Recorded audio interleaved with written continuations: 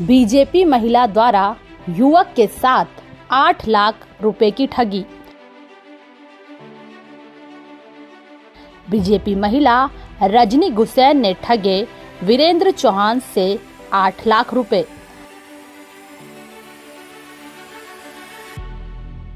Friendly loan व उधार के नाम पर की गई ठगी।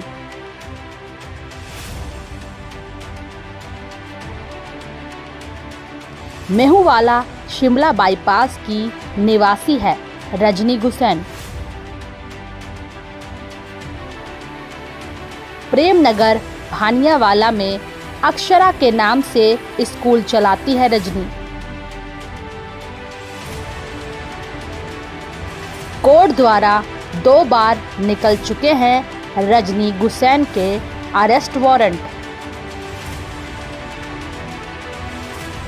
पुलिस अब तक नहीं कर पाई रजनी को गिरफ्तार।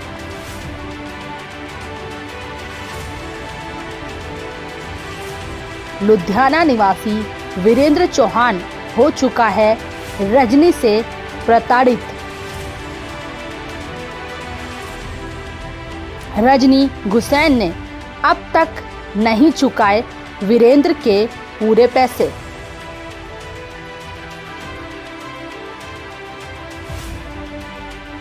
2020 में रजनी गुसैन ने लिए थे वीरेंद्र से पैसे।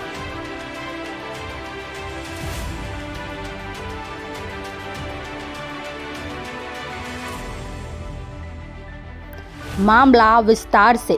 राजधानी देहरादून से धोखाधड़ी का बड़ा मामला सामने आया है, जहां बीजेपी में शामिल रजनी गुसैन नाम की महिला द्वारा वीरेंद्र चौहान युवक के साथ फ्रेंडली लोन देने व उधार के नाम पर 8 लाख रुपए की ठगी की गई है।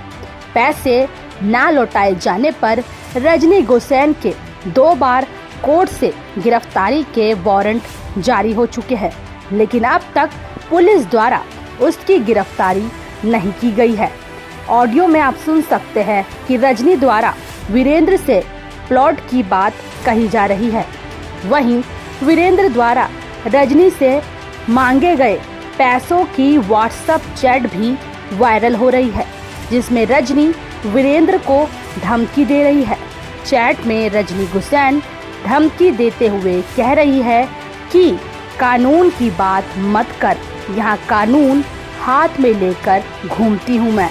साथ ही रजनी धमकी भरे शब्दों में वीरेंद्र को कहती है कि अगर परेशान किया तो सारे चेक स्टॉप करवा दूंगी, फिर भुगतना। तस्वीरों में रजनी द्वारा वीरेंद्र को दिए गए SBI बैंक के फर्जी चेक भी वायरल हो रहे हैं।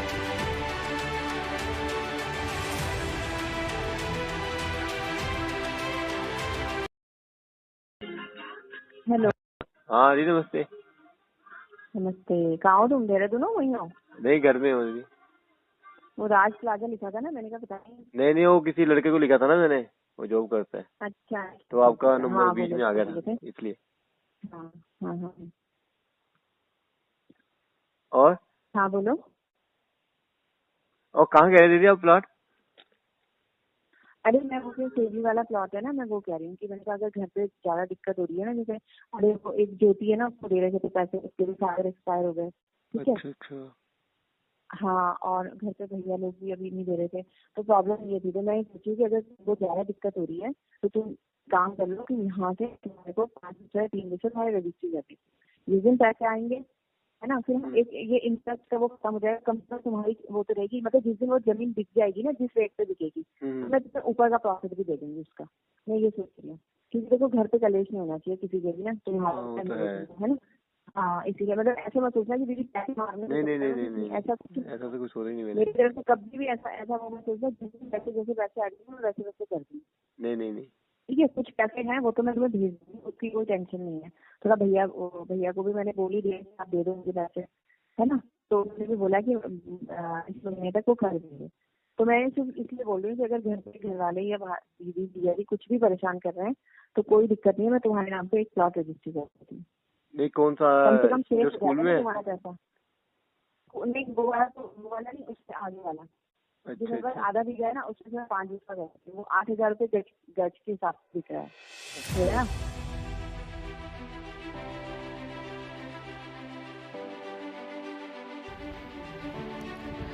जानकारी के मुताबिक रजनी गुसैन वन विहार मेहुवाला शिमला बाईपास रोड देहरादून की निवासी है, जो कि पीएम योजना बेटी बचाओ बेटी पढ़ाओ महिला उत्थान समिति एवं संस्था में राष्ट्रीय सचिव के पद पर कार्यरत है। रजनी गुसैन प्रेमनगर बनियावाला में अक्षरा के नाम से एक स्कूल भी चलाती है। उसी स्कूल की बगल में रजनी गुसैन का भारतीय स्टेट बैंक का ग्राहक सेवा केंद्र भी चलता है। साथ ही रजनी गुसैन जनशक्ति केंद्र में भी लीडर के पद पर कार्यरत है। वहीं पीड़ित वीरेंद्र चौहान लुधियाना पंजाब का निवासी है। साल 2020 में रजनी गुसैन द्वारा उधार के नाम पर लुधियाना निवासी वीरेंद्र चौहान से कुछ पैसे मांगे गए थे। साथ ही वीरेंद्र चौहान द्वारा रजनी को फ्रेंडली लोन भी दिया गया था, जिसकी कुल मिलाकर रकम 8 लाख रुपए बनती है। वहीं जब जरूरत पड़ने पर पीड़ित युवक वीरेंद्र द्वारा रजनी से पैसे मांगे गए तो पहले तो उसने काफी आनाकानी की और उसे प्लॉट देने का लालच देकर शांत करा दिया। वहीं वीरेंद्र द्वारा बार बार मिन्नतें करने पर रजनी गुसैन द्वारा करीब 1,80,000 रुपए तो वीरेंद्र को वापस कर दिए गए, लेकिन बाकी की बची रकम न देकर उसे एसबीआई बैंक के 6 चेक पकड़ाए गए। वहीं अकाउंट में पैसा न होने के कारण वह सभी चेक बाउंस हो गए और वीरेंद्र के हाथ कुछ नहीं लगा। वहीं थक हार कर जब वीरेंद्र द्वारा इन सब की शिकायत थाना प्रेमनगर में की गई तो महिला द्वारा उल्टा पुलिस को यह कह दिया गया कि आप वीरेंद्र को मेरे पास भेजो। इन सब के बावजूद रजनी से पैसे दिलवाने के लिए वीरेंद्र ने पुलिस से भी कई बार आग्रह किया, लेकिन पुलिस द्वारा इस मामले पर टाल मटोल करते हुए अनदेखी की गई।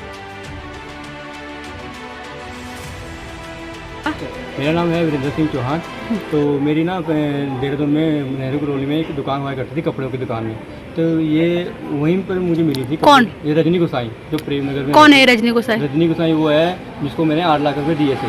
क्यों दिए थे आपने उसे? तो मैंने इसलिए दिए थे कि उसको मेरी दुकान में आती थी कपड़े लेने के लिए, तो इसने फ्रेंडली लोन दिया था। मैंने ये इसने बोला था कि मेरे घर में काफ़ी तंगी है, तो हस्बैंड की कोई जॉब वगैरह नहीं है, तो इसलिए मैंने ट्रस्ट पे दे दिया, ट्रस्ट करके उसको 8 लाख रुपये दे दिया। कितने साल हो गए आपको? ये मैडम 3-4 साल हो गए मुझे इस बात पे ना 8 लाख रुपये देते। 8 लाख कैसे दिए थे?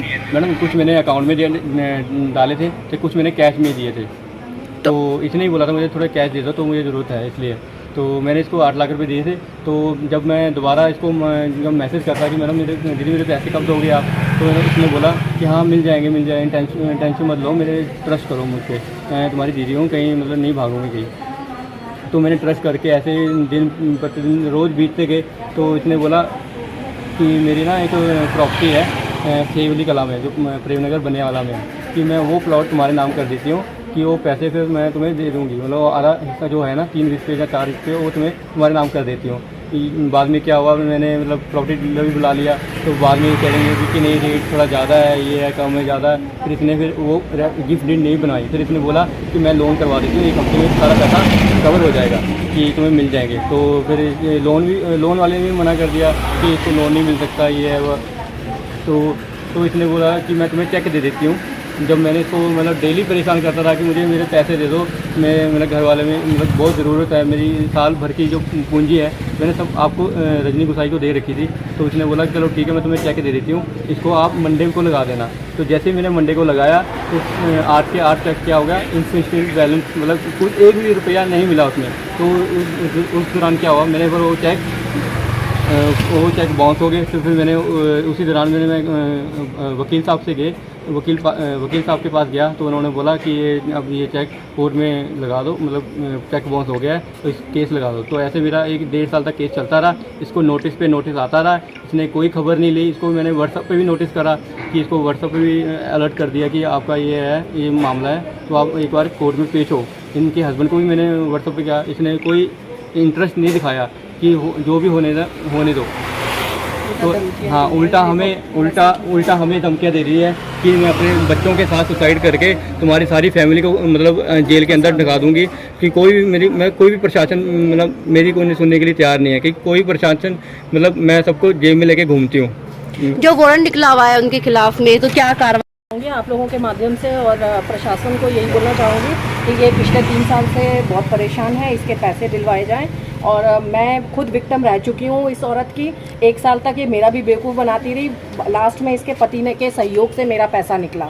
इसने मेरे से गोल्ड ज्वेलरी ले ली थी और कैश ले लिया था। उसके बाद इसने वापस नहीं करा। अब देती हूँ तब देती हूँ, तारीख पे तारीख देती रहती थी, कोई चीज़ वापस नहीं करी। इसके हस्बैंड का जब बीच बचाव हुआ है उसके बाद उन्होंने मुझे सामान दिलवाया और पैसे दिलवाए। तो मैं यही रिक्वेस्ट कर सकती हूँ आप लोगों के माध्यम से कि ये लड़का बहुत परेशान है। मैं 2 साल से इसको देख रही हूँ। ये प्रेमनगर के इतने चक्कर काट चुका है, चाहे मई जून की गर्मी हो चाहे बरसात हो। ये बेचारा अपने पैसों के लिए रजनी गुसाई के घर के, ऑफिस के, उसके दूसरे एक फ्लैट है उसका, वहाँ पर भी सब जगह ये अकेला चक्कर काटता रहता है। अब ये परेशान हो गया है। इसने फिर कोर्ट केस करा, 2 बार वारंट इशू हो चुके हैं, वो अभी तक अरेस्ट नहीं हुई है। और मतलब वो गलत है, इसके बावजूद उसकी चल रही है, इसकी सुनवाई नहीं हो रही है। इसकी सुनवाई होनी चाहिए। कहीं ना कहीं बीजेपी की नेता होने का फायदा उठा रही है। बिल्कुल, वो इस चीज़ का फ़ायदा उठा रही है कि वो कुछ अच्छे लोगों को जानती है प्रशासन में इधर उधर, वो उस चीज़ का गलत फ़ायदा उठा रही है। आप लोगों के माध्यम से मैं औरों को भी ये बताना चाहती हूँ कि वो महिला सही नहीं है अपने आप में। मैं जो भी बातें बोल रही हूँ मेरे पास हर बात का साक्ष्य है, इसलिए बोल रही हूँ, बिना साक्ष्य के नहीं बोल रही हूँ। और ये महिला को एक बार अरेस्ट करेंगे तो उसके बाद जितने बाकी के विक्टिम हैं वो भी सब सामने आएंगे। ये आपको बाद में पता चलेगा।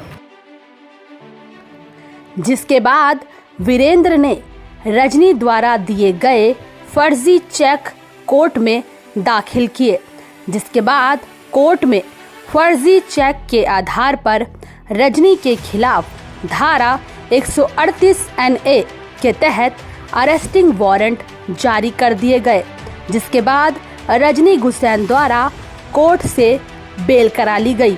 लेकिन कोर्ट द्वारा प्राप्त हुए नोटिस का जवाब न देने पर कोर्ट ने दोबारा रजनी के खिलाफ वारंट जारी कर दिया। इन सब के बावजूद थाना प्रेमनगर पुलिस अब तक उसकी गिरफ्तारी नहीं कर पाई है। वहीं पीड़ित वीरेंद्र चौहान का कहना है कि वह पैसों को लेकर लुधियाना से देहरादून के कई चक्कर काट चुका है। कभी वह रजनी के स्कूल जाता, कभी उसके घर तो कभी उसके ऑफिस जाकर पता लगाता, लेकिन रजनी गुसैन वहां उपस्थित नहीं मिलती। रजनी द्वारा वीरेंद्र को सालों से चकमा दिया जा रहा है, जिसको देखते हुए वीरेंद्र चौहान ने उत्तराखंड पुलिस प्रशासन से इंसाफ की गुहार लगाई है और जल्द से जल्द उसके पैसे लौटाने की मांग की है। जो वारंट निकला हुआ है उनके खिलाफ में, तो क्या कार्रवाई पुलिस नहीं कर रही है इसमें? मैं दिखाता हूँ। ये वारंट निकला हुआ है, अरेस्ट वारंट का निकला हुआ है। मैं पुलिस के पास भी जा के थक गया हूँ प्रेमनगर में, पर कोई भी कार्रवाई नहीं है। वो कह रहे हैं कि अभी टाइम है, अभी स्टाफ नहीं है, कभी कह रहे हैं कि मतलब ड्यूटी लगी हुई है। तो जबकि ये पुलिस स्टेशन और उसका घर सिर्फ 1 किलोमीटर के दायरे पे है, जबकि उसको पकड़ सकती थी पर अभी तक नहीं पकड़ा। ये देखो, ये पहले का NVW है जो जब निकला था 3 महीने की डेट थी, जब सामने 3 महीने की डेट डाली थी कि इसको अरेस्ट मतलब किया जाए। मैं चक्कर काट करके थक गया था प्रेमनगर में, पर कोई पुलिस ने कोई सू नहीं ली, ना इसको अरेस्ट करा। तो जब इसके दिन नज़दीक आ गए कि अरेस्ट मतलब ये तारीख पड़ी थी 21/7/2022 की, तो तब तक इसने अपनी बेल बॉन्ड मतलब जमानत करवा ली थी लुधियाना जाके। तो उसके बाद क्या हुआ, उसके बाद 2 तारीख पड़ी।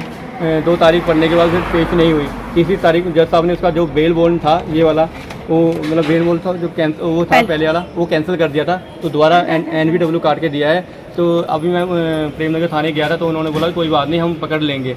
तो मैं ये चाहता हूँ प्रशासन से, उत्तराखंड प्रशासन से यही मांग करना चाहता हूँ कि प्लीज़ उस लेडीज़ को जल्दी से जल्दी गिरफ्तार किया जाए, कि वो बाकी जो पीड़ित हैं देहरादून के प्रेमनगर में रहने वाले, वो डर के मारे उनके सामने खुल के सामने नहीं आ रहे। क्या कारण है कि पुलिस वाले उन पे कार्रवाई नहीं कर पाते किस तरह की? मैडम ये मुझे नहीं पता कि क्या कारण है, क्या क्या नहीं है, क्या पता मिली भुगत हो सकती है, जहाँ जान पहचान का बीजेपी का कोई अधिकारी होगा उसके साथ, जहाँ उसको जहाँ लीड कर रहा होगा, तो जहाँ उसके साथ जहाँ सांठ होगी इनकी कि नहीं। मैं हूँ उत्तराखंड का, मैं चाहता हूँ कि मुझे इंसाफ मिला जाए। एक बार चेक दिखाएंगे। ये देखो, ये जो चेक दिए रजनी ने 8 लाख के चेक दिए, चेक दे रखे 8 लाख के। ये देखो, ये देखो, ये देखो, ये सारे चेक बाउंस हो गए हैं मैडम। देखो ये चेक। अब जब मैंने कोर्ट केस करा था तो इसने बोला था कि अगर तुम कोर्ट केस करोगे तो मैं एक भी पैसा नहीं दूंगी। अच्छा। और मुझे धमकी देती है कि मैं तुम मेरा, हाँ, तो ये अपने आप को बीजेपी में मतलब अध्यक्ष बताती हूँ मैं, कि बीजेपी के अध्यक्ष हूँ, तो मेरा कोई भी कुछ नहीं बिगाड़ सकता। पुलिस वाले मेरी जेब में लेके, मैं अपनी जेब में। किस तरह के अध्यक्ष है? कौन सी सभा से है? कौन सी ग्राम सभा से है? हाँ, ये बेटी बचाओ बेटी उसमें है, पड़ाव में है, तो अध्यक्ष है। तो